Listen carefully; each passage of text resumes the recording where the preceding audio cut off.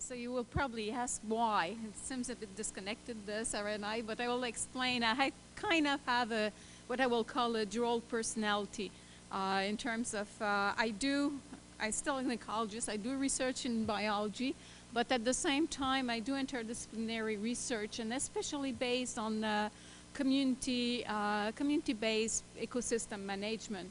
And mostly on natural resources based communities. So what I'll be introducing is some of the work that I do more at this level, and then Sarah will talk about more of my other hat that she has wear also, which is more on the biology side. And you'll see that in fact they are connected for me, because they are highly, what I'm learning at one level integrates with the other level.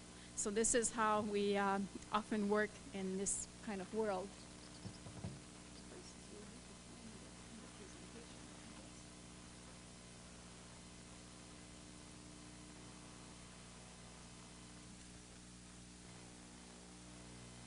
Okay, so I'll talk about two cases, in fact.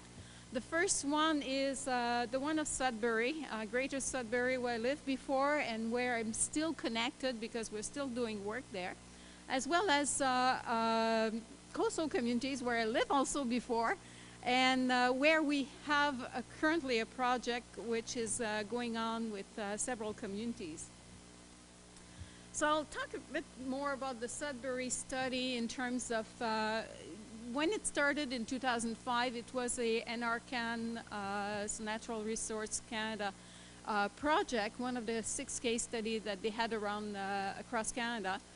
And the questions that we had was related mostly at the beginning on vulnerability, and vulnerability not just in terms of the climate itself, but how it relates to the ecosystem, human health, economy. And the main reason is the city of Greater Sudbury has been and is continuing to be on a path to try to become highly environmentally sustainable. And that's something that's a big goal for them that they are keeping up with. They have their healthy community cabinet. They have a lot of components that make them push towards that.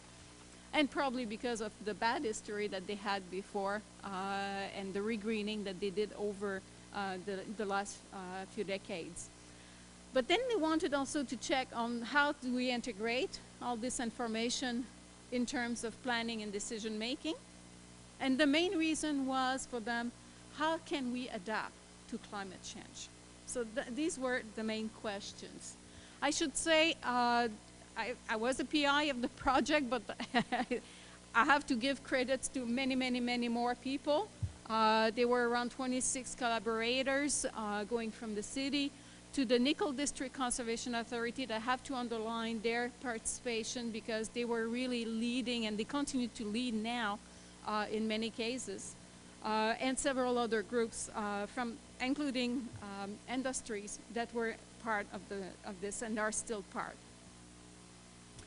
One thing that this report that we produced, and we started in 2005, but by the end the report was sent to Ottawa in 2007, it became very clear that there were issues that were important for the sustainability of the city. One is water, especially when you have very large mines. Water is always an issue. And the second one was extreme events. And extreme events is something that I'll be talking a lot because this is becoming really a big pattern, and Sarah will be talking about extreme events also. So this is really the link between all what's happening with my research. And you can see here from this table just a few of the dates with some of the events. And one thing you will probably realize is the frequency of these events.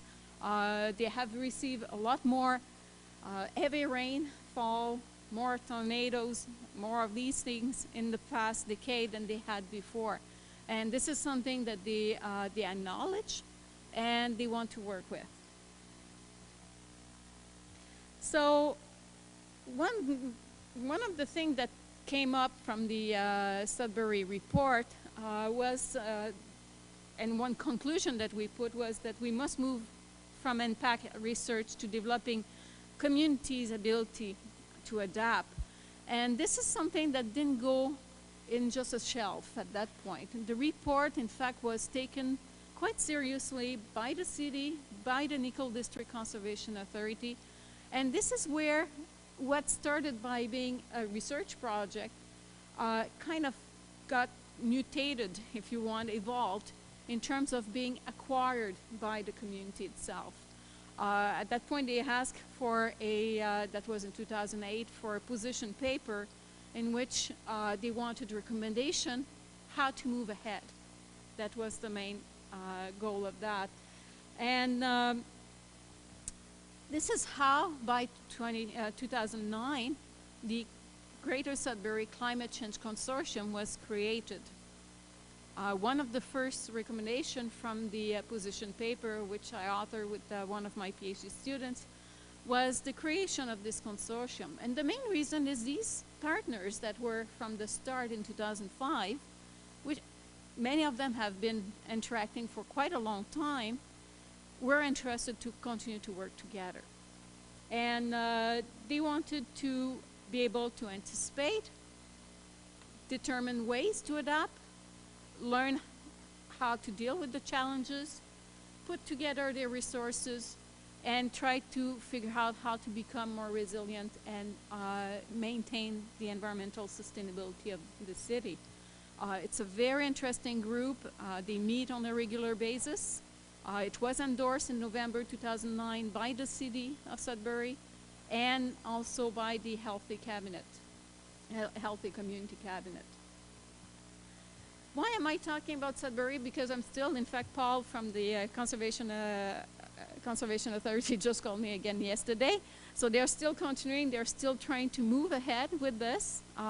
They have researchers coming in and out depending when they need us. But in general, they are still working on the different components that they want to deal with.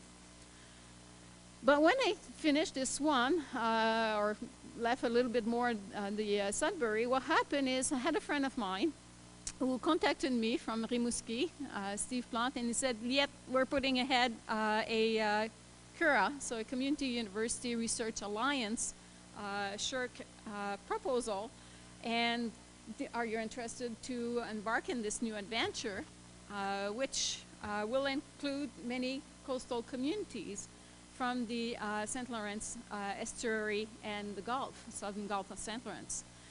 The reason is because I had another project before coming to Ontario, which was, again, highly collaborative, which was called the New Brunswick Sea Level Rise Project, in which we worked on coastal communities along New Brunswick.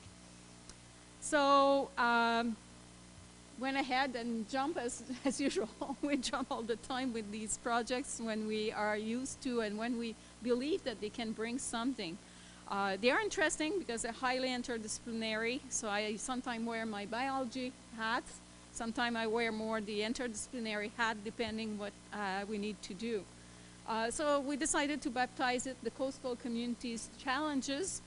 And the main reason is that during that we were starting the project in December 2010, these communities, which have been increasingly impacted by extreme events, again a common theme, were again impacted. Half of the communities where we're working were sinistered from the December 2010 storm. In this case, several of them had high problems of coastal erosions. Others had storm surges problems, so flooding, high level of flooding. So these were issues that were quite, I would say, alive when we started the project. Just to give you an example, and this is the first storm that I should say clicked a lot of us to work together with this New Brunswick Sea Level Rise project first, but then now with this CURA project. Teams like that, you need biologists, geologists, geographer, social scientists, anthropologists, economists. You can see that they are very diverse teams, and but it's necessary because you can see here an ecosystem that it has been highly impacted. First, the natural ecosystem, but also in this case, tourism, which is a highly important economic sector for this region of New Brunswick.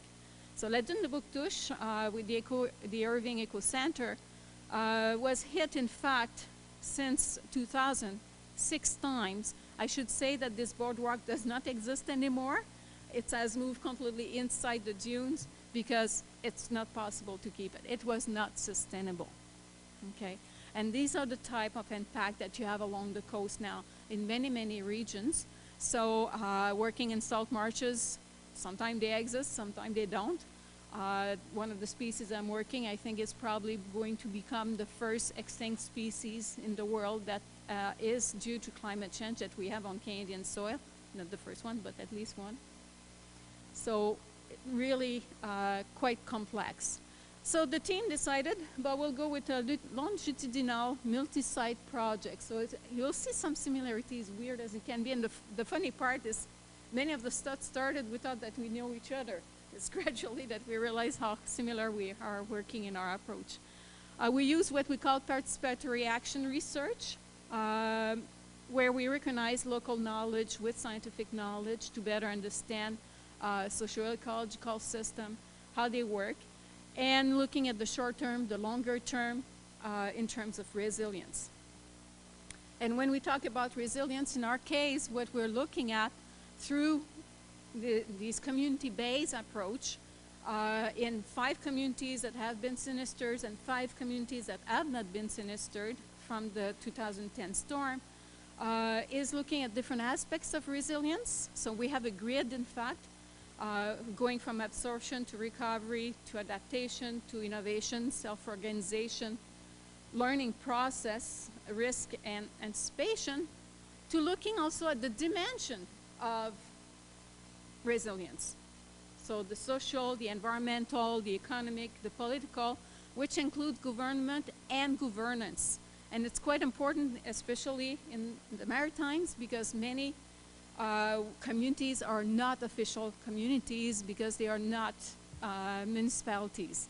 So they are just what they call districts. So it's not really the same thing.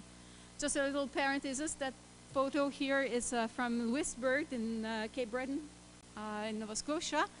And that was taken when they were doing excavation for the fortress just on the side on the dock. The low line is 1743 high tide, and this is the anchor that you see there is when they were tiding the boat. And what you have at the higher level is 1998 high tide. So sea level rise, it's an issue, and it's a very important issue, especially when you live from these natural resources that are there. So that's the important part. And what we're doing right now is trying to match these different dimensions and these different aspects of resilience to visualize how communities are changing. This is why it's a longitudinal project, how they're changing over time when they start working together through co-production, co-construction, in finding solutions. So we have a prepared manual. They are working together now in moving in some of these directions. So how does it link to what Sarah will be talking? But extreme events is a big factor for me. I know that it's not only a question of increasing temperature, but it's really the extreme events that are making climate change really a big challenge now. But the other thing is also, it's not only human communities that are having the challenge, it's also the biological, the natural communities, and this is what she'll be talking about.